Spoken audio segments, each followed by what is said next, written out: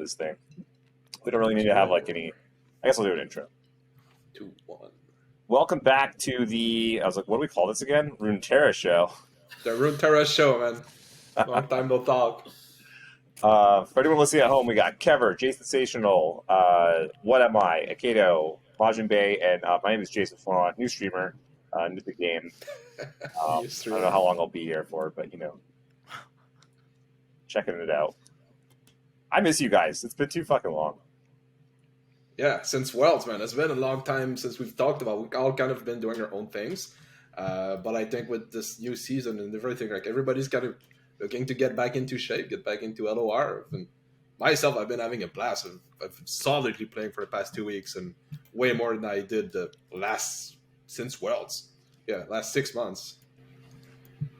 Awesome time. The new patch rotation definitely gives us a whole bunch of new toys to play with. I think it's still going to be a little while before we get it figured out, but that's definitely the most fun part for me. There's going to be a new busted deck every 3 days for like 2 weeks. That's what's happening right now, right? I was playing Udyr today. I literally got bored and started playing Udyr. That's how open this format is, and it worked. Second highest win rate in the game. Galio right now. Yeah, sure. If you were looking at last day, like, is it going to keep it's that? It's probably changed by now. If you're playing Ashe, Samir, Leona. Some Yep Croc deck got rank 1 yesterday or something. Yeah. It's Jesus. Like, It is funny because it's like, I feel like we're rotating very fast through Runeterra's greatest hits. We're just like, it's like Karma deck, this deck. Maybe Alawi's good. Oh, Alawi's good. Okay, maybe Udyr's good. Udyr's good. Okay, Yep Crop. Yep, that'll work. Can like, we make it? Can we go back you to can like just a play bar literally deck? Bar anything deck you works. want. Yeah. Bar deck works. Bar deck works. Aatrox decks are good again. Vayne, deal. Lurk back in meta. Yeah, we're Lurk. rotating through. Lurk has always been there. No, but now it's like a 53% instead of a 50. Yeah, so 53 when you're on the odd token and like 41 when you're on the even. What do you guys think of this new, like the new competitive, the new structure and everything? I feel like we're still kind of figuring it out. Like it looks good because there's a lot more than there sort of used to be, but there's still a few pain points. Like we haven't gone through the first open yet, which is going to be interesting. I was thinking about it, like, because what's the most rounds you could play? It's like 9 and 2, right? Like 11 rounds. Yeah. 11 rounds of best of 3 is like a lot. When you can choose to play it on your own time, though, it's not like seasonal where like, you have to do it like a set time and you have to be there at exactly the hour and like. And most people won't play a lot. Most people will take a break in the middle or something. Don't you still have to play all those games in one day? Yeah, it's a big day. It's in like an 11-hour period or something, but like I don't know if you guys played. You basically don't really have much choice. I don't know if you guys played in like the open or anything, right? But like we were fucking like going through that shit in like 2.5 hours, 3 hours. Like, even like 9, 10, 11 best of 3s, you could ship that in like 4 hours max. Like, I mean, some of us change it through but you don't have the wait time between the rounds. Right, if you would just want to go back to back to back, like that's you just lost and you tilt 3Q because what's the worst that could happen? you can't do that. I also think it's open for way longer. I checked and I think it opens at 3 a.m. Pacific. Oh, is that right? Yeah, 6 a.m. Eastern, I think. Something like that. It's open for like a big period. They increased the time for it to be open from when we played it first in the beta, which what is going to be now in like 2 weeks. Yep. But you want to get you want us to give the opinions on like the new competitive format, the new system? Anybody has hot takes? Before that, do you want to give a quick summary for those who might not know? I mean, is anyone watching this that doesn't know? But I'll break it down real quick. Probably, yeah. Yeah, give a quick summary. Okay, so this is how it works now. There are daily rumbles, which are little tournaments where you need to get 6 wins before you get 3 losses, which give you trophies. These trophies put you along a little path that gets you eventually 1 and then 2 buys, essentially, in the monthly tournaments, which are called opens. There's going to be, each month has an open, and each 3 months are packaged together into a season, with the first open being just a normal Runeterra Open with slightly smaller cash prizes. Does not qualify you for Worlds directly, but it does give you Runeterra points, which we'll touch on in a second. And then the second Open is a Worlds qualifier, so it has slightly larger cash prizes, not by a lot, and slightly more. Yeah, I guess the cash prizes are bigger. I think it's like triple. Yeah, fair enough. The points, though, are not as big as I thought they would be. But if you win the second one, you go directly to Worlds, qualify immediately. And there are more points as well in the Worlds, these Runeterra points, in the Worlds one, which is in the middle, the second month. In the third month, it's the same as the first month. It's a Runeterra Open, same prizes, also gets you Runeterra points. And then you also now get Runeterra points for your finish on the ladder. I think it's like top 10, top 25, top 50, top 100. Top 100. Something like that. Top and 100 you get like some amount of points. Yeah, you get like 5 points, 4 points, 3 points, 2 points, 1 point, something like that. So those are the ways you can get Runeterra points, ladder, or the 3 monthly tournaments. And the top 3 people that have the most Runeterra points that aren't already qualified now qualify for Worlds. And then also at the end of the year, the top, I forget how many people, I want to say like 12? 18. It's top three per region, so like 3 from the Americas, 3 from Europe, and then I think around 12 or 15 total worldwide points. Yeah, so then the 18. most points. Worldwide, leftover, whoever has the most Runeterra points, that top however many from all the shards combined, the top ones also qualify for Worlds. There will also be last chance qualifiers for Worlds. And that's basically it. That's how the system works now. Also, I forgot to mention, the first 2 tournaments are going to be standard, and then the third tournament is going to be eternal format with all the cards. And then also there will be eternal ladder for the third. You sure the third tournament is eternal? I thought it was still standard, but eternal is going to be for like ladder option for the third So month. both. No, it's eternal. There's going to be like an eternal ladder during that. It's going to mirror and then each there's other. also like that open is going to be eternal. Right. That was well done. That was pretty succinct. Oh, and then I guess Worlds is going to be 64 people now, and it's cross shard immediately. None of this like 64 in your shard, and then you cut down to 6. It's just 64, really hard to qualify. You go cross shard play right away. I wonder if it's going to be more money this year, because it seems like the seasonals money got pulled back a little bit. And It's basically the only thing that's not like 100% confirmed is the world prize pool, because I think we basically have everything else. Yeah, we don't know what that's going to be, but love it, absolutely love it. 64 people, going to be cross shard play. Oh, then we also forgot to mention that the winners of the Opens that aren't Worlds qualifiers, so month 1 and month 3, they are getting to go to a special event, which is looking to be a in-person kind of like gathering, really, of winners and content creators and devs from the game, like getting together. So they'll probably, hopefully, what they'll do is they're trying to like, fly. we're really trying. That's really So They said they are stuff. trying to make it in person. Yeah, but and then there's also even like one more little thing where they have the daily rumbles that we normally have on the weekends. They're going to have like, I don't really know too much about this, but they're like super rumbles, where they're like the weekend before the coins. Yeah, and you get like more trophies. Is that what it is? You get 2.5 times as it's many. just like higher.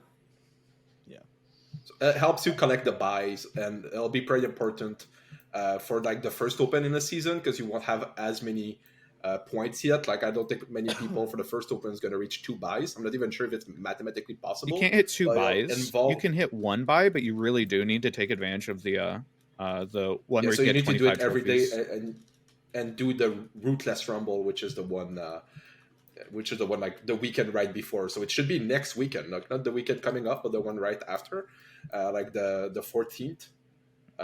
Is the one where is the Rootless Rumble, where it's important, and it's also going to be like best of 3 compared to like all the others weekly ones, which I think are best of 1 most of the time.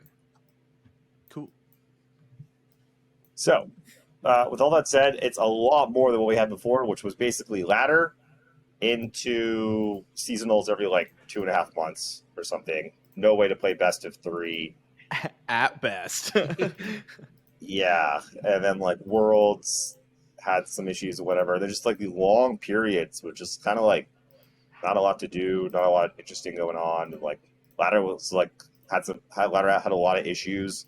The whole buy system and stuff, or they're like playing too much or not enough, like kind of led to burnout. I was never a huge fan of best of 1. I'm really looking forward to being able to play best of 3. That's like wild. Like I've never been able to play best of 3 other than like seasonals in client.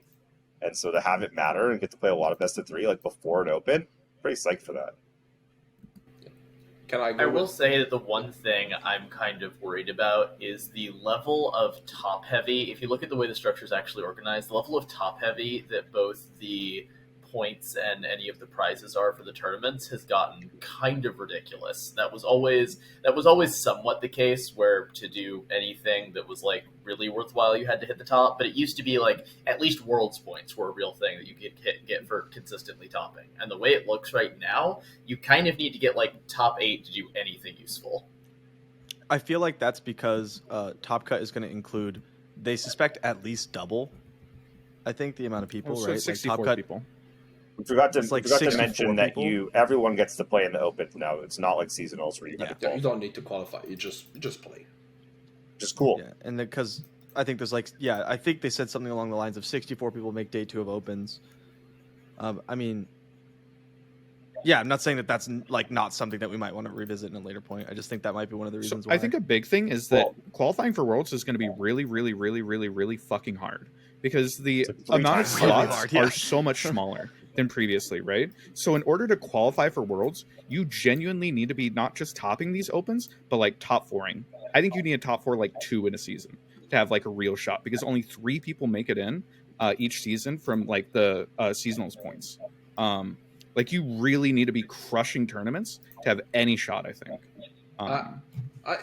I'll disagree a bit on that, because to reach a top 3, I think I'll agree, but I don't think you need that many top 4. Like I think if you're just consistent, reaching the top 18 from the total points, especially if you use some of the ladder points, which I think was my big concern, because contrary to you, Jason, I was a fan of the tiebreaker system of grinding ladder, just because it was one of my main way for me to play, because I couldn't play as many weekends tournament with my job. I just could play at odd hours. So for me, playing ladders was pretty important, which converted pretty well into the Gauntlet right now, because I can play on my own time. So just jamming Gauntlet has been pretty fun. But I think with the points that you get on ladder, a couple ladder finish coupled with like a couple, like say you crap 1, like you don't make day 2 of 1, you make top 16 of 1 and a top 4, and you do that a couple times this season. I don't think it's that hard to collect enough points. You just need to be playing throughout the whole year. I think in a given season, spiking is important, but if you go through like the whole year, I think consistency is still rewarded decent enough if you take into account the ladder, which it makes me happy, because I thought ladder would be irrelevant, and I think it's way more relevant than I thought it would be at first. With how many points it can give. One thing I think to keep in mind when you're looking at ladder points, it is split up by like top 10, top 25, top 50, top 100, right? And it's like 5 points down to 2 points. A big thing to keep in mind is like, because it's so limited in the amount of slots that you're actually getting for Worlds, I think that basically anybody who's contending is at least top 100 on ladder. So like at the end of your ladder, you get ladder points 3 times per year. You're really only getting like maybe 1 or 2 points each time ahead of any of your competitors, right? Because everybody else is also top 100 ladder. Because like 5, you aren't really getting 5 points. You're really kind of getting like 2 points, because everyone else is like top 50, right? Because they're also getting points. So I don't think that ladder's gonna matter that much. I think that it's important to be like at least top 100, but I don't think that like top 10ing ladders like a huge thing. Well, if your competition are only top 100 and you have like a couple top 10s, like it's starting to add up quite a lot if you just also, don't forget you're going against Europe and Asia too. True. Yeah, it's the same thing. You're going to Europe and Asia, and they need also to have like those players which, if you want to like make a difference with the ladder, having like a couple top 10s, which is less punishing than trying to finish like first, like top 10s, top 25. Like the tiebreaker system before could have been more punishing, but the top 10 is arguably harder than top 25. But, arguably harder. Is that how numbers work? But I think it gives enough of a difference points that it'll matter in the end for the overall score, especially once you compare to like all 3 regions. But yeah, like spiking one of them, like top 4ing one of them, say the first one puts you in an amazing position to just like roll into Worlds. I'd be surprised now if anybody make World. I'd be surprised if anybody makes Worlds that didn't top at least top 8. I would say at least 2, but I kind of feel like top 4. I think you kind of have to top 4 2 of these opens. To top 8 2 like in the whole year is reasonable. Like it's a reasonable goal. Maybe. Yeah. So I mean, this is the thing, right? Like, so it was easier to qualify for Worlds, but like you weren't really qualified for Worlds, were you? You weren't like you were qualified for a Worlds qualifier, which like I will give that up. Like like do we like like we played in them. So fucking what if you didn't make top 6, right? It was like cool. It was a cool experience, but like I would give that up. Like you weren't in Worlds, I would give that up for what we have now, where like it's a lot. I don't expect to qualify for Worlds. It's fucking hard. Like it's going to be really hard. But the people that put in the time and that are very good, they're going to be rewarded, and they're going to get to go into the top 64. And I assume they're probably going to be rewarded for that quite well. And it's also, I think, going to be a fantastic viewing experience. Like the first Worlds and the second Worlds were just great. It was just the best of the best. Like just that really high level play. It was very exciting to watch, and now we're going to get that right away, that cross-shard, high-level, best players from all 3 servers battling out. So, it's like, it's worse for me in a sense, but I kind of like it overall. And if I do randomly just, like, bink and, like, just get there, I'm going to be like, spike one. Yeah, like, this is fucking awesome. Like, worth it.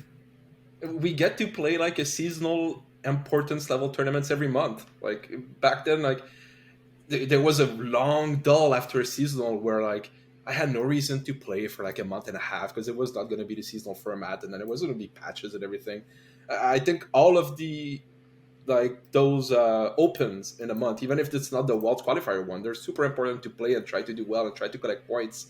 And I'll really feel like kind of a small seasonal every month, and I think that's like amazing. Maybe some people could argue it's too much, like they get burnt out. I don't know about you guys if you think that's too much tournaments too quickly, but once a month I think it's like a perfect number, and I love it. It gets me to keep caring about the game, not just ladder, just like caring about making lineups, caring about every patches, because like back then there was like always one of the patch where it's whatever, it's not going to be the seasonal format, maybe I'll try to grind ladder, I don't really care about that patch, I just care about the next patch. Now I care about every patch, I care about every like lineup construction from day one of a new patch. It's like, yeah, the open is like in 3 weeks out, I kind of need to like get up to speed. It'll just keep me caring about the game, and I think it's overall a very, very good thing for competitive, and definitely better than what we had before. Maybe you could argue we too also much. Have, I don't know. We also have ways to actually like play it, because that was another big one. Is like you had ladder and then you had seasonals, and there was nothing else. Now we have like these gauntlet things, which maybe not the best practice, but it is best of 3 in client, right? Like that you could just find someone to play against, and that's great. And then we have the more like premium gauntlets. The seasonal events every month is going to keep you fresh. We're having Mastering Runeterra tournaments every month right before all the opens. Like it's nice, because what it felt like in Runeterra is, yeah, you would like wait. This patch doesn't matter. This patch doesn't matter. Okay, this patch matters. Let's practice now. And you'd put in a bunch of work. It would be seasonals, and maybe you'd top cut, and maybe you wouldn't, and then it was over, and your time was wasted. Like, not wasted, but like it didn't ever carry over. Yeah, like none of your prep mattered at all. My favorite time in card games is what I call like the PTQ season, the Pro Tour qualifier season. And a lot of different card games have something similar to this, but basically what it is you have a bunch of like every week or every other week, whatever, there's a series of tournaments for maybe a month or 2, and it's the same format, and you would get to go like tournament and build on what you were learning on the format. And I thought that was like really, really fun. That's great, because you get to play and you go, this didn't quite work out. I thought this was going to go this way. It didn't. Back to the drawing board. Let's mess with these numbers a bit and let's try it again now that it's like more refined. And that I am so looking forward to. Yeah, me too. Sorry, that's what I was saying. Yeah, so like we get to practice for this one, and then I bet the changes won't be quite as drastic because like I don't know, like because we're still kind of figuring out the format and stuff, and so it's like maybe they don't need to like take a sledgehammer to it every month, and there's also a lot less cards and stuff. I don't know, and so like I think the format between like say this one and then the Worlds one next month, it's probably like it'll probably be a little different, but it's probably not going to be like oh my testing was completely useless like it used to be, which I think is really cool. Yeah, I think the past couple patches they've shown they're not too scared of like changes, buffs, and things. Like I think overall the changes they made to the game maybe like 6 months. Like I mostly agree with kind of the philosophy they've been going through, and I hope it's gonna keep with like mini expansion, and then like a big balance patch, and then a big expansion, and then a mini expansion, or balance patch, and mini expansion, and I think that rhythm is like perfect for like those monthly tournaments and keeping things fresh. I think if they keep it with that philosophy of like gameplay changes, I think I wouldn't mind it. I can't see where it goes wrong. Like it just seems like a great pace. I hope they keep that pace. I think if they go a slower pace, thing can become still like way more quickly. Is all the data we get for all tournaments and the rumbles and things. Does anyone else have thoughts on the new competitive? I think overall it's. I think I've mostly said what I have to say. It's that I have some misgivings, but there's definitely some things to look forward to. We all agree it's better than what it was before. I would agree. Thumbs up, thumbs down. Honestly, I think I'm gonna end up missing the seasonals. I think that the smaller amount of bigger tournaments with the ability to step up the advantage via the ladder was something that was definitely my wheelhouse, and I hope I'm wrong, but I'm definitely not the most enthusiastic, but I've been wrong plenty before. Fair enough. I think overall it's good. I think that like having more opportunities to play and more reasons to play is like always good. I think cutting a prize pools kind of sucks. I think that there's like definitely a couple things. Hopefully matchmaking is fixed for the first open, because if there isn't win-based matchmaking, then day 2 is going to be a shit show, because a lot of people are going to get cut with some really good records. But yeah, we'll have to see. Overall, I'm optimistic. Yeah, this is the first thing they're working on is the matchmaking. Like I don't know what's your record, guys, but in the gauntlet thing, at least I've played against the same guy 4 times in a row. 4 times is my record. Like a QE back to back into the same matchup, same person. I've seen people queuing into the same guy 5 times. That's crazy, and I think it's still gonna be like risky for the first open. And they said they were gonna really work on matchmaking, record pairing like for the second one. This is what I'm hopeful for. Getting paired into the same people back to back is miserable. I'm less worried about getting paired into the same people than I am about the part where it's you're really 6-0 getting paired into like an 05. If anybody cares, but I think that nobody will care enough to bother. But it's ridiculously easy to just decide to not play against anyone you don't want to play against. Oh, you just be a queue up in 3, 2, 1, go kind of thing. Yeah, it's like, or you queue, I'll wait till you're in game, then I queue. Right? Like, gotcha. Real talk, people won't do this, but the fact that the system allows the top like 20 players in ladder to get in a Discord call and say, "Fuck it, we don't feel like having hard matches until day 2." Like, what is that? How is that acceptable? Yeah, that's an abuse of the system that I hope they'll touch on, because like it is something that absolutely. But I'm willing to make that possible trade-off for the convenience of not waiting every single round for day 2 and stuff. Like that, you can't have that, right? And they don't. I believe it's actually bracketed out in day 2. Yeah, it's a bracket day 2. It's kind of like the seasonal right now. It's the same thing for the Maybe it's just because I've played events like that before, and you kind of just go, yeah, it's a lot of good and it's some bad. And for me, the good outweighs the bad, but like definitely there's some problems there. Yeah, the thing that I think is really weird is that it's not like Arena, where if you just get the required amount of wins, you go to day 2. So like, imagine I get up in the morning, I jam out my 9-2 I'm like feeling good about it. I got the max amount of wins. And then you wait all day to the end, and it's like you did not make top 64. Yeah, you're like, the 9-2 that gets cut. well, I'm glad I fucking waited around for that and like didn't go out tonight so I could like test or whatever. Like that seems weird to me. I don't like that. I don't know why they didn't just make like if you make it to however many wins, whatever, say it's 9, You're in. make it to day 2, and then like I don't know, you just fucking cut down from there. Like why does it have to be a bracket on day 2? Or it can be a bracket, but just I don't know, make it a bracket with like 200 people because it's single elimination. You're gonna be done fast enough. It's like, oh yeah, you tacked on like an extra round or 2, maybe, but then just everyone gets to make it. And it's just very clean and smooth. I don't know. I feel like that would it's be... basically once you make it, you get the threshold of seasonal point, like Runeterra points.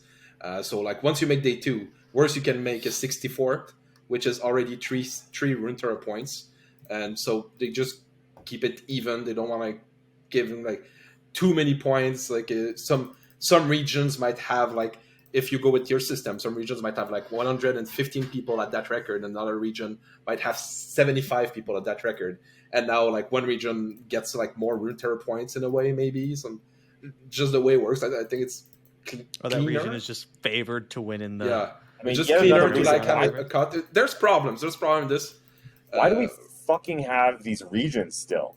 Like, I hate this. Like, I think it's one of the biggest detriments to the game. Because, like, I don't know about you guys, but, like, I don't fucking play with people, like, in Europe or Asia because they're, like, not on my server. There's, like, some fringe cases, but basically not. They all play in our tournaments on America. They'll play our tournaments. That's where we see. That's where we see them. But, like, on Arena, I got friends in Germany. I got friends in Japan. I got friends, like, all over the fucking place that I play Magic with. And we all play on the same server. And it's fucking awesome. It's great. And, like, I feel like you build the community bigger because of that. I mean, haven't they said servers are complicated? Haven't they said it's a logistical issue? Bro, you want to hear a card game that's like shit fucking... They don't have enough money. Did you know that Snap has like 5 different servers across North America?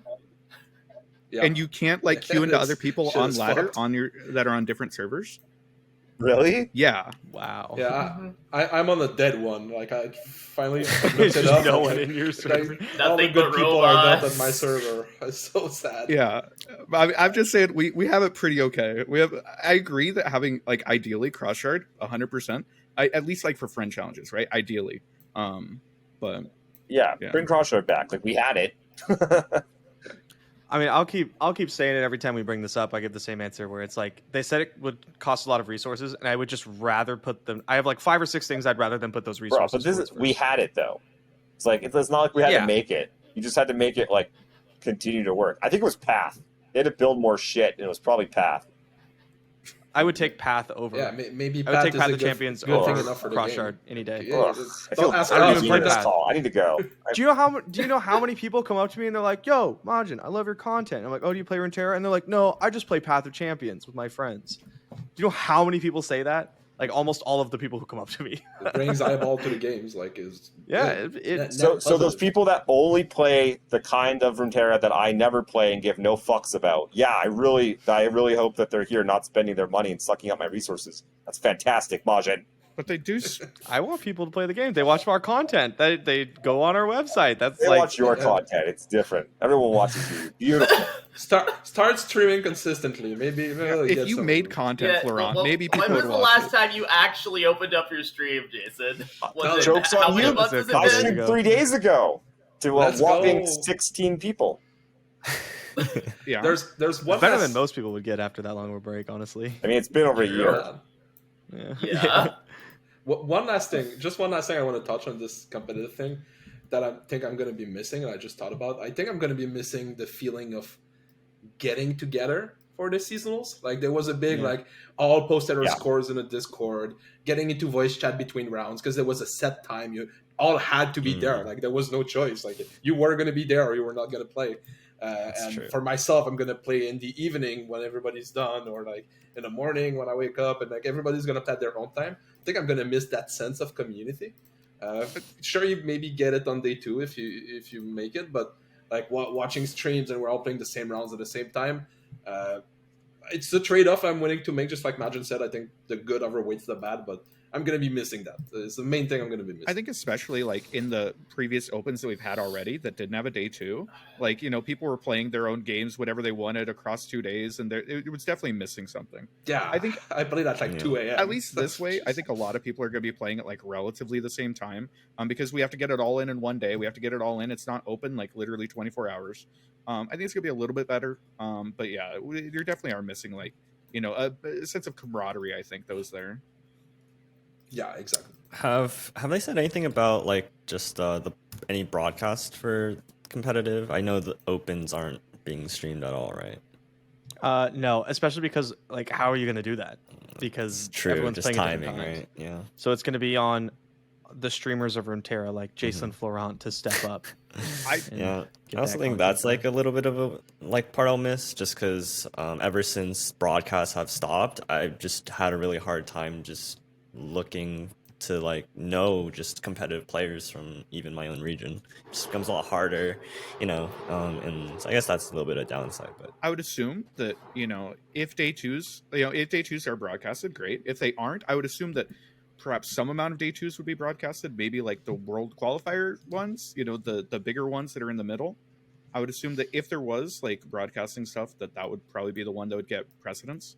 But yeah, hopefully they. I don't know how they. Yeah, I don't know how they wouldn't, because like there's those of us in the community that would like happily step up and do it, right? And they've like shown that they'd give the reins over to like, you know, Boulevard brand. What was it, the last seasonal? yeah.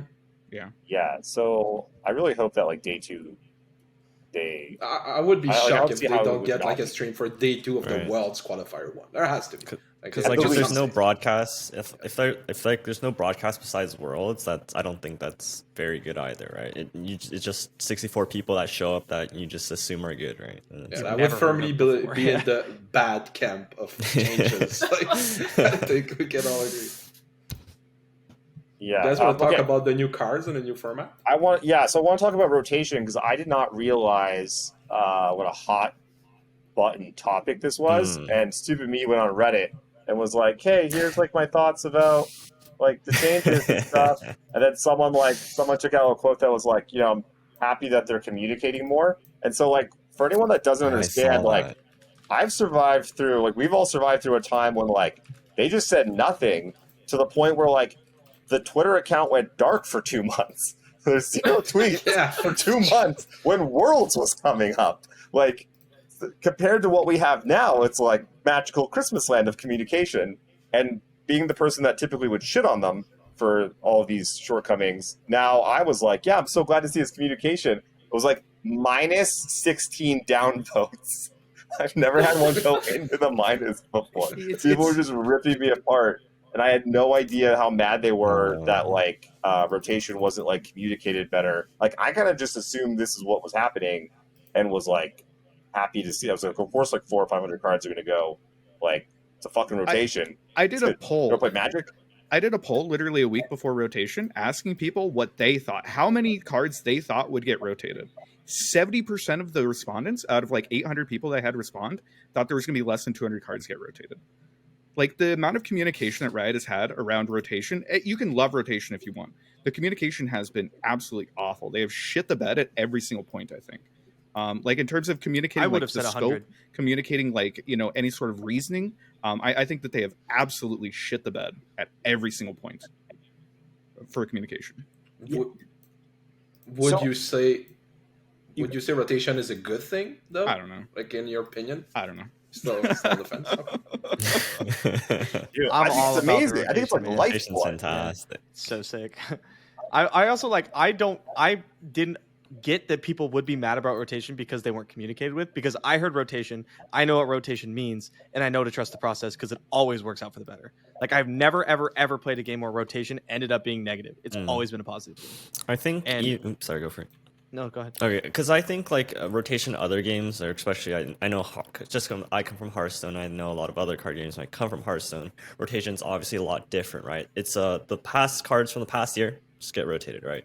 And it's hard to have any sort of like preconceptions coming to rotation with LOR, just because they have to handle everything differently, right? It's not just rotating out Rising Tides, it's not just rotating out Empires of the Ascended, right? It's specific champions across different times and different cards and things like that. And I think it's easy to have like a prior preconception of what's going to happen, or maybe you don't have any conception at all, and you don't know like, oh, it's going to be like, you know, maybe a fourth of the card pool, right? I think it's easy to have just a big shock there, especially because of how little information was communicated. But I know, like, from us who have been through that process, we're going to see the full impacts, you know, months down the line, right? When there's new cards, things like that. But it's easy to have the immediate impact where things aren't really working out. And so it must be because of rotation. I think the other thing is that it feels like, you know, if the communication we've had from Riot was them saying like, here are 3 champions that we're rotating, and as far as rotation, we know how other games do it, we're not going to do it like that, right? We're not going to rotate out full sets. I think that it's very fair for a lot of people to come into this thinking, oh yeah, maybe like 150 cards. I think that's incredibly fair. I wouldn't have even said 150. I would have said 100, and I would have thought that was a lot. I would have went for like a fourth. Especially because they didn't give us any information before fucking the day of. Are you kidding me? The week before, we knew Irelia, Vlad, and Valfeast were going to rotate. That's kind of fair. We started assuming got we're like picked up from like, we're going to rotate like these 3 cards and maybe some others will be fine to like 400 cards. Like, I'm in favor of that. I like it that they burned it all down so I can try to figure out the new format, but it might have been nice to know that was happening. It was also like, oh, okay, there's a new and better paddle star. They're probably going to rotate Zoe.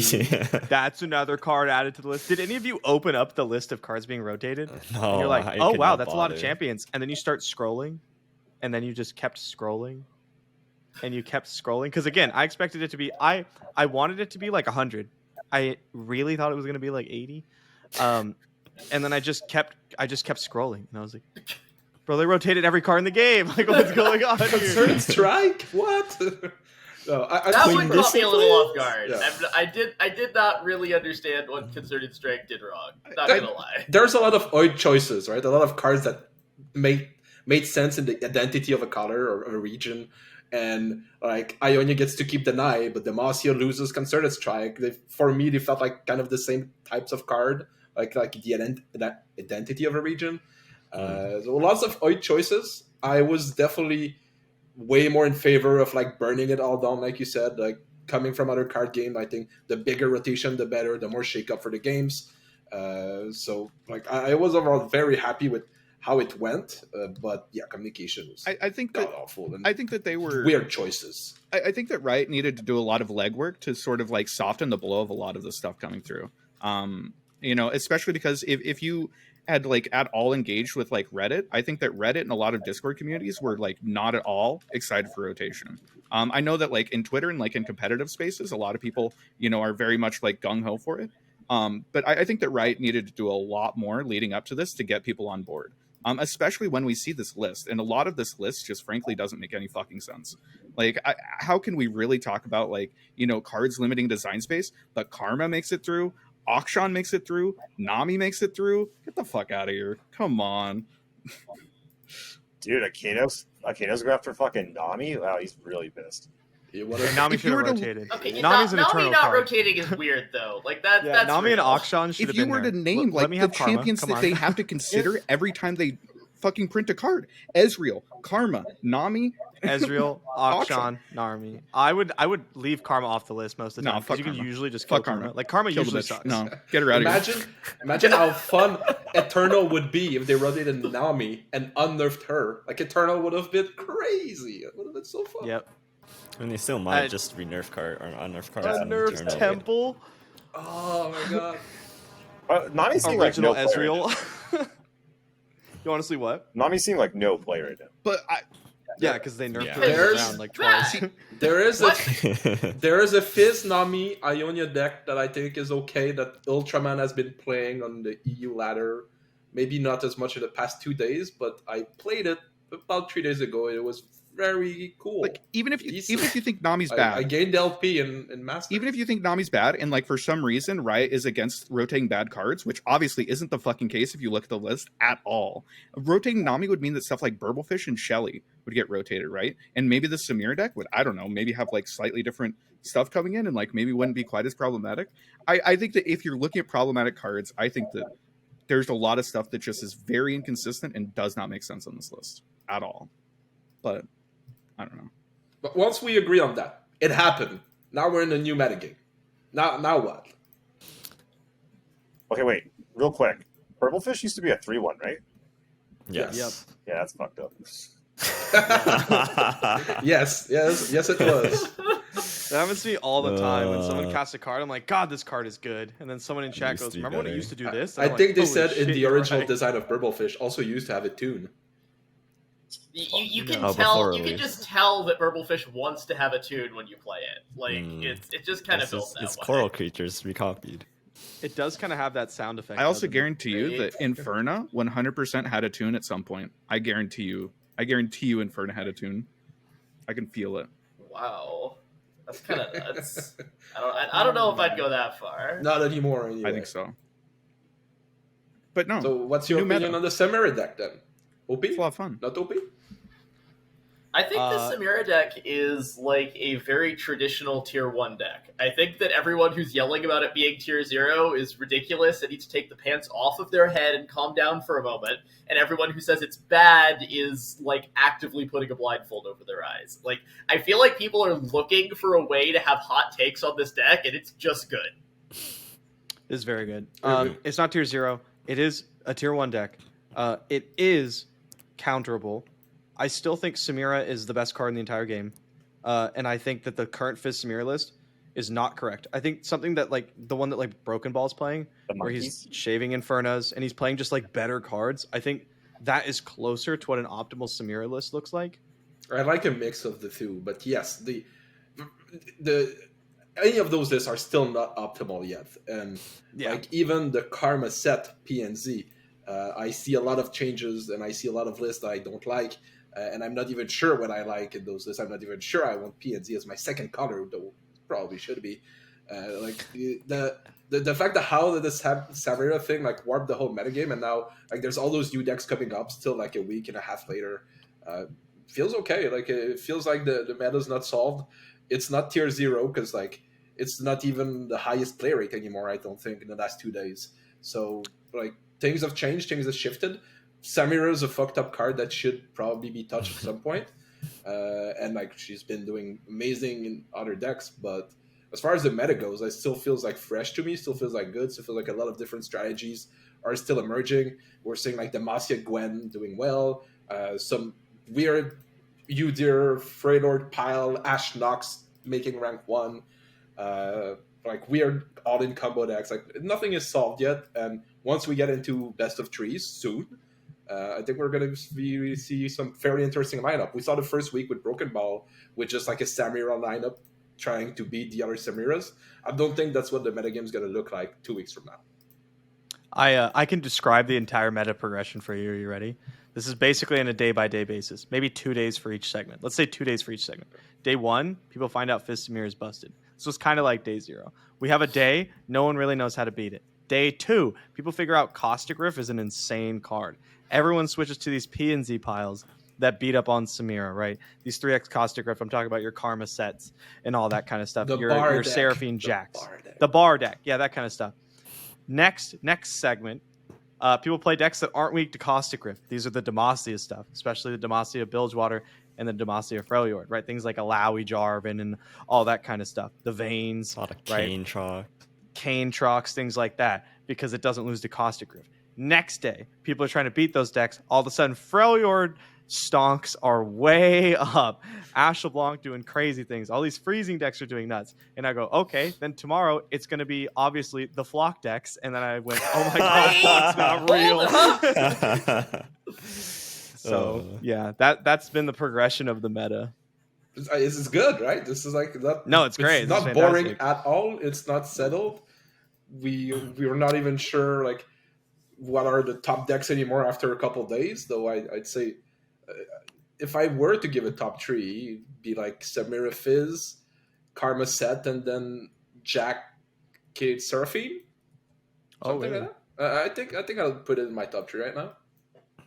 I do have to say that Vayne Trox up there. I think that deck's really. I do want to say that I had some expectation that rotation would just like really fuck everything up, but I still think that most decks, archetypes, whatever, are still mostly shells of the originals, right? Like mid range, still Ashe LeBlanc, still Leona mid range, still Demacia mid range, aggro is still Nox, and control is still PnZ, maybe Karma, right? I was really hoping that these identities would change, but still have new cards, things are fresh, deck building is different. It still feels nice, but I really hope that identities would be shifted around a bit as well. Well, Nox's aggro does feel a bit different than it does in the past, than it had in the past, right? It was less burn, more always pirates. Yeah, it was always like decimate top end, or like discard aggro, and now you have like these more unit, almost like combat-y. Their units are aggro beefy, decks. Man. Like they're big. They're big. Units. They're big. Yeah, they're aggro decks in the way that like overwhelms an aggro deck almost. Right? It's like here's big ass dudes, and I'm gonna hit you in the face with them, and combat's gonna be awkward because of it. Like we're looking at the Leona Noxus decks, right? And then obviously like what's her name? Samira Fizz deck, right? It's just like it's different than a standard aggro, and I found that really refreshing. Yeah, the play pattern against aggro right now, even the pile like the Samira Misfortune pile, like Powdered Pandemonium and things like that. Like the way you're playing against aggro right now feels so much different than what it was before, where you're just trying to minimize the number of damage you take now, using your life as a resources, knowing they only have fervors as reach and like monkey stuff, and it shifted the whole way I play against aggro in a good way. I think for now, it still feels very novel, so it still feels okay. Maybe I'll change my tune in a month, but it feels good. The play patterns, at least versus aggro, has changed enough that feels like a new archetype or a new way to play against the archetype. Never having to play around Decimate anymore is definitely freeing. Like there have been so many times where I'm like, wait, their only burn is Fervor? Bro, I'm going down to 2. Fuck it. I'm fine. I can respond to Fervor. I don't care. Yeah. Fuck it. I blocked with a backline unit today, and it felt so liberating. I was like, oh my god, I'm not going to get flocked. Like, this is insane. I could put damage on my units, and it's going to be okay. That was wild to me. Yeah, there's just a lot less pings as well. You can play 1-minute units and get away with it. Hey, you can still get some Poké Sticks some way, somehow. That's true. You could get a pie thrown at you, too. I'm excited. I'm really looking forward. I'm looking forward to the open. I'm looking forward to stuff after that. As far as the evolution of the... I was just going to say my favorite right now is obviously Set Karma. I prefer the PnZ one because I like to not lose to the default aggro decks. And that deck kind of kicks Samira in the teeth because I get to play Caustic Riff and like cards that gain life. I like the Targon version, but man, when people just go wide with dudes, sometimes it feels real miserable. You're just looking at all your removal that only hits them if they already attacked, and you're like, I have a solution. Just ask 2020 Jordan what he thinks, and the Sky Descend, like, you know. It's a card. They still haven't unnerfed Fangs. Why is Fangs still a 2/2? Well, they buffed Serpent. We're getting there. Serpent's a 2. Slowly but surely. Maybe an Eternal. I want to hear from the Brewmaster. What's your top 3 decks right now, Jordan? So, I mean, if you want crazy brews, I'm not going to call this a top 3 deck yet, but the thing I've been jamming today is Udyr Gnar in, like, Freljord PnZ. Though, to be fair, that's basically just another Caustic Rift deck. But I think, like, if you're talking actual top 3 decks, I think probably top 3 decks in the format are Samira is extremely format-defining. It's good, so good. We've been talking about it a lot. I think Karma Sett, I'm not sure whether it's like the top deck in the format, but it's sufficiently polarizing that I think it has to be put on the list. Because either you are just going to run them the fuck down, or turn 10 shows up and you die. Like, people who think this deck is different than Karma Ezreal are actively fooling themselves. You might not actually be dead on turn 10, but you're dead on turn 10. Come on. This deck feels better than Karma Ezreal ever felt. Because I just have more things I can do before I kill you. The dopamine hit when I double coins, man. The dopamine hits. It's pretty nuts. And then as far as third deck, those are definitely a top two. I think probably I'd say one of the Aatrox decks. I think those are both really good and being a little bit slept on right now. Just depends what other people are playing is which Aatrox deck you should play. It's like, do you just want like bigger dudes? Well, then the Kayn one. Are you looking to beat the Ionia piles? Well, then you want like the Vayne one. I'm surprised, both of them feel very, having very so much success of Samira or beating Samira with Karma. Like Samira's matchups have like kind of tanked across the board. It is still 55% into Karma. Like it's kind of crushing. Yeah, I don't really know why. Like your removal suite's insane. I also first of all, sorry, hold on real quick before you make. I'm assuming what's a joke comment. So you have the 3-3-on-3 and like the 3-4-on-4. First of all, people aren't playing the 3-4 that gives you the drink with cherries, which is wrong because that card's like insane in Karma Sett. And even if you don't want to play it, like that's okay, but you should not be playing the 2/2 elusive for 4 over it. Like, you just should not be doing that. It's 2 minute. Not in that deck, not in Karma Sett, not in the current meta, because like what the 3/3 and the 3/4 do is like you just throw your dude in front of Samira, and then they have to do something, and then you kill Samira. And you have like more removal than I've ever seen in a PnZ Ionia deck. You have like 6 Mystic Shots, 2 Aftershocks, and 3 Caustic Rifts, plus 3 Palms, 3 full bounces. Like it's really hard for them to get through. And the way that Samira deals with these decks is actually like really slow. Right? Like Samira can kind of blitz you, but the way that it generally beats with decks that have a lot of removal is it plays very slow and it goes around Inferno. But if you play slow around Karma Sett, like I'm going to get to turn 8 and I'm going to start casting set spells on turn 8 and you have to beat that. And if you don't, I play Karma on turn 10 and you can't win. Like it's not possible if I play Karma and place your bets, whatever. Like the game's just over, right? And that's kind of been how it worked out for me. Sure, every now and then they just kind of blitz you on 5. Like you just don't see stuff. They have the Samira warning shot double all out hand and you die, right? But like that'll beat anything. So okay. I've had a slightly different experience. I think right now, like not that many people are master still, and I think it's a lot of like those 2 decks are very hard to play. Those 2 lists are like from players to players differs enough. That I think very often the better it is with the better player will win, no matter which side of the matchup that is. I've been winning a lot with the Samira Fizz, taking it super slow and pirouetting the set on a key turn and then going off the turn after where your set's not really relevant anymore because I'm already going to have like a big enough board with a big enough setup. Like pirouetting the set on a key turn was like very key in that matchup. And from the other side, like getting like a key Caustic Rift, getting a value set, not getting pirouetted and things like that. I think the matchup still has a lot of play. I would give the edge to like a very good Samira Fizz player still. I think with correct mulligan, correct planning, and like knowing when to go all in and when to put all your chips on the table, making you having the double Mystic Shot, even if you're running 6, or just playing around it the whole game, making you 2-for-1 yourself on Shelly and 2-for-1 yourself on Inferna enough times that I can go for a turn 8 or 9, kind of try win. It's usually my goal in that matchup. I think there's a lot of plays for both sides, and I would give the edge to Samira Fizz right now, given the list that I've seen from the Karma Sett, which might not be correct, and definitely I haven't seen much of the 3/3. I'm assuming you're talking about a 3 drop that makes a coin. I just haven't seen that around. Yeah, the 3/4 is just good. The 3/4 is correct. You should be running the 3/4. I agree there. I do think. I think go ahead. I think that people are underrating the power that the Predict elusive gives you. My current Karma Sett list, I'm running both. I'm running 3 of the 2/2 elusive and 2 of the gain life creature. I was never really impressed with the cherry. What's it? Yep, pick grit. Sure, her. But I was never really impressed by the 3/3. I tried it out a little bit, and a lot of the time it felt like it just kind of stood there dumb and didn't do anything, and your opponents either just have elusive units or have bigger units. I like to just have people I can throw under the bus when I play control decks.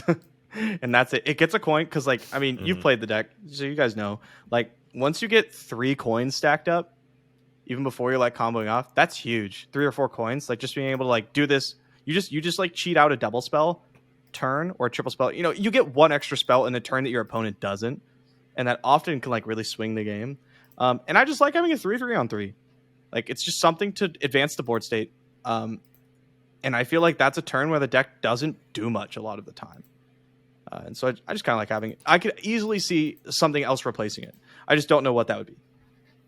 I do think with you talking, I've really been enjoying the extra elusives. I'm running Whoosh just because it gives you a little bit of extra card draw, which I have found is occasionally important, and also just having a 1-mana 1/1 elusive is really good. There. What were you going to say, Kato? You've been trying to say it for it's I was just going to say that with you talking about, the evolution of the meta where we landed on like Ash LeBlanc, I will say that Samira shits on Ash LeBlanc. Like really shits on it. Oh, we're about to come full circle. So like if we're planning for the next few days, I think Ash LeBlanc, I think Jace Heimerdinger is still like a really, really, really good deck. And it kind of has game to like everything. And then I think that like I think the Keg deck. I think the Keg deck's really good into like Ash LeBlanc. I think it has like a pretty solid game to like Samira. The only bad matchup is Karma. Karma's like a fucking unwinnable matchup. You only win it through like actually stacking the entire stack and just OTKing. We need to talk about that matchup after, because I think I figured it out. This matchup is crazy. I literally, the only way that I could see to win the game is like a 20 damage warning shot, or like you literally fill the stack.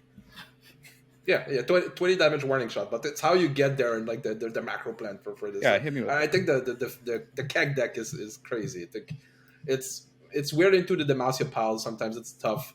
You need to get like a BB down early enough, and if you do, it just can win you the game, because like they don't have that many interaction spells, they don't have that many kill spells anymore, and you can just go like BB pass. Good luck, and it's like your only way to win those matchups. But yeah, the bar deck is crazy. It's just so many weird lines, so many weird ways to win. It's like a lot of lists are up to 2 warning shot right now. Like, and I think for the Karma Sett matchup is like pretty important to have those very explosive turns. You just need to assemble both Seraphine and BB on the board at the same time. It's hard to do, so you need to set up your mana in a way where it's like Threatender Champion, they save it, then you drop one, you untap, drop the other, and go off from there. And it's a tricky thing to spot, but yeah, I'm way more scared of like the weird mid-range Demacia pile with the bar. I just lose to Alawi Cataclysm things like that. It's super awkward. Speaking of cards, I think more than Karma Sett. Concerted Strike, really problematic. That Cataclysm though has never been abused in a tier 1 deck. Surely that one's good for the game. Oh,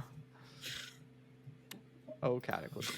Okay, I gotta touch on this real quick. I fucking hate being the guy that's like defending Riot now, because I don't know how the fuck that happened. But like, they don't need to just like grab all the most abusive cards. They got most of them, and like I agree, like some of these probably should have gone like the burbles. So like, okay, that's had its fucking time. But I don't know, this whole like, you need to, like, you took my babies from me. Tell me why. Why did you take it? Like, everyone's fucking losing their minds about this shit. It's like a bunch of stuff was gonna go. You were never gonna make everyone happy. You were never gonna get like all the good cards, because like, I don't know, then they would all be gone, and like I don't know what the fuck that format looks like. And then like good becomes subjective anyways. And so like I think after we get through the Eternal month, I think maybe people will calm the fuck down in that they get to play with their cards still. I feel like that will alleviate things. And I think it made sense that they waited for Eternal, because otherwise probably everyone would play Eternal and people would kind of like not play Standard, and like it might kind of get fucked up that way. I'm not sure how popular Eternal is going to be. I hope it is. I hope it's. Well, if it's the competitive format though, like we'll all play it, because we'll have to for the. Yeah, but you still have the choice to just ignore it for ladder. Like you have to play it and do so. We can all agree it's going to be a degenerate format, and I'm all for it. I think it's going to be awesome. More degenerate. I was talking to Majiinbae about this. I was like, make Tribeam 3 mana. Like fucking make Zoe 0. I don't give a fuck. Just get crazy with it. Just get insane. I want it to be fucked up. Yeah. I want it to be real fucked up. Unnerf everything. I want to play Legacy. Yeah. Something between modern and Legacy. MTG Legacy. Yeah. And then you know what? Eventually, as time goes on, that's what we'll have. We'll have Legacy, and then we'll have Modern, and then we'll have Standard. Because like eventually there'll just be enough cards. Like that's what will happen. And I love that even right now we have 2 formats, and they're going to be very different. Like after 2 months of playing Standard, we're all like, ooh, new Standard, explore it, fun. That's like, bam, back to fucking now Eternal, like all the stuff that we forgot about that even exists. We get to like brew with that all over again. Like I get to play Zoe again. Oh my god! Yeah. Concerted Strike, Concerted Strike's coming, bud. You're gonna be fine. Don't worry about it. What's up? Well, okay. It's gonna be okay. Shellfolk, Maybe they'll give Shellfolk health Oh, back. yeah. your buddy. I don't think they should ever buff Force it. Shellfolk. I've always been on the. Yeah, no, They no, should no, never no, buff no, Shellfolk. Vicky. 4 mana. They should. What You're the I, fuck are I you really, I talking really about? want to do like. Did you just say When we- 4 mana Shellfolk? Yeah, make it a Please 10/10. Are you Fuck just it. making sure we're paying attention, or are you actively high? Oh, I'm just saying I word. don't want to deal with that. Okay. It's the end of the Words session coming here. out. Okay. Anyways, I think the game's in a good spot. Like, fuck, man, I don't know. Since everything we went through over the last 2 years, for people to be complaining now, I'm like, I don't get it. Like, it's crazy. I think the game's I'm having finally fun. going in a People good are- direction. Finally People are gonna going. complain about Yeah. stuff. No matter what. Finally going. It's for it. finally going in a great direction. Yeah, I agree with that. And it's the most excited I've been to coming back competitively to a game. And I think they've done a great job. Lots of up and lots of trade up, like Majin said, lots of down. And I thinking they're working on it. It seems like outside of rotation, communication has been good. Like, I think we can agree on that, where they've talked through like the format. Now the Ruben is in charge. The new head designer, which was a past Magic designer, I think. I forget his name. And I think this is all going into a great direction. The way they've been releasing sets, the mini sets, the balances, and just everything. Everything outside of communication for rotation, I think, has been on point in the past 3 months. So like, just keep it that way. Fix the couple things that need fixing, like matchmaking. They even said it was like top priority, right? Like fixing the matchmaking for the opens, making sure like the day 2 tiebreaker is not fucked up. We might get the first open and it's going to be like feel bad, but it feels like they're working on it, and we're going to get like the open deck list soon. They know we want the open deck list for this, and we don't have it yet. They said that they're going to provide it at some point. They're just working on it. It's hard, understandably so. So yeah, it just seems like they're all working on things that we touched that needs fixing, and communication outside of rotation has been great. Yeah. Just keep it that way. Yeah, totally. And like, things aren't going to be perfect out of the gate, but like, they're showing that they'll iterate on stuff, which is great. Which before, for the last 2 years, it was like, or at least the first year, it was like, hey, you really need to change this. Shit, this stuff's kind of fucked up. And then they just did like the opposite. Whereas now they're kind of like, things are going up, and they're like, oh, we fucked up. Okay, fix it. Keep going. And like, Remember when the Shurima's desert was vast? Jesus. True. So bad. And then they told us that it wasn't a problem. Actually, forgot about patterns that. of Cerealia. I guess just like one more quick point there. Like rotation, and the devs say this as well. So rotation won't make sense right now, right? It's when they when they shove in all the new cards that they want to plan out for the rest of the year and things like that. And so we've been getting a lot more communication. There's a lot more dev interviews, a lot more devs on Twitter just talking about anything they want about rotation. How'd you guys like the whatever it Rumble? might be. The No, that was the great, Rumble. except that I sucked. But the other parts of it was good. And like, they're more open to do more events like this. It's fantastic. Got like 1,000 viewers on Twitch, up to 1,000 when I saw it, which is like, the seasonals didn't even get that many sometimes. It's pretty big. That was a very hype event. Yeah. Promotion was well done on Twitter for that. Yeah. Yeah. If we could get that level of promotion every time. I would love that. I thought the little skits were fun. I thought they were fun to do. I thought they were fun to watch. I look really forward cool. to seeing everybody's. So one thing that this just popped in my head, this is completely unrelated because I think we're about to close up here in a second.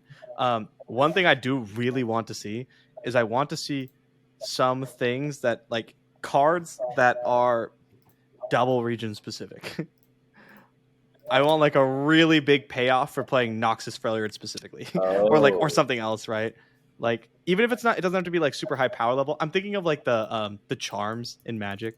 Yeah. Or, like is it charm? Or, like that kind of stuff where it's just like you get these really like flexible effects that I love those. What if, and then also I'd like to see them see be like the regions that are least played together. The ones that like, Ionia, Freljord, or like, the ones that just kind of like don't really typically have decks to try and like push creativity and like new archetypes and stuff. That'd be cool. Yeah. That would be kind of interesting. I would love to see 'Cause something if like it's that. like- But I just get excited about things like If that. it's in the regions that are already played all the time, it's just like you're just hyping up those fucking decks now. You're like, Yeah. PnZ Ionia, baby. Targon Ionia. Let's go. right. I want a charm that says draw 1 Zoe or Lee Sin. Do you know how many more seasonal games I would have won? Okay. As we're wrapping up here, does anyone have any final thoughts? Anything they want to share? No? All right. Well, it's been... Look up the Open next week. Is it next week? I don't know. 2 weeks from now. Oh, okay. The Mastering Runeterra Open is this Saturday. Come sign up, support us. We're going to do it every Saturday, or at least every weekend, but probably every Saturday before the Riot opens. We're going to have a $1,000 tournament. That'll be the ones we've been running. So we're having one this Saturday, the 8th. Come get some testing in. And then, the Open is the following Saturday, the Riot Open, which is super hype. I can't wait for it. All right. Well, I think that's it for us. Should hang out sometime. Good seeing you do guys. that again. Peace. Peace. Have a good one.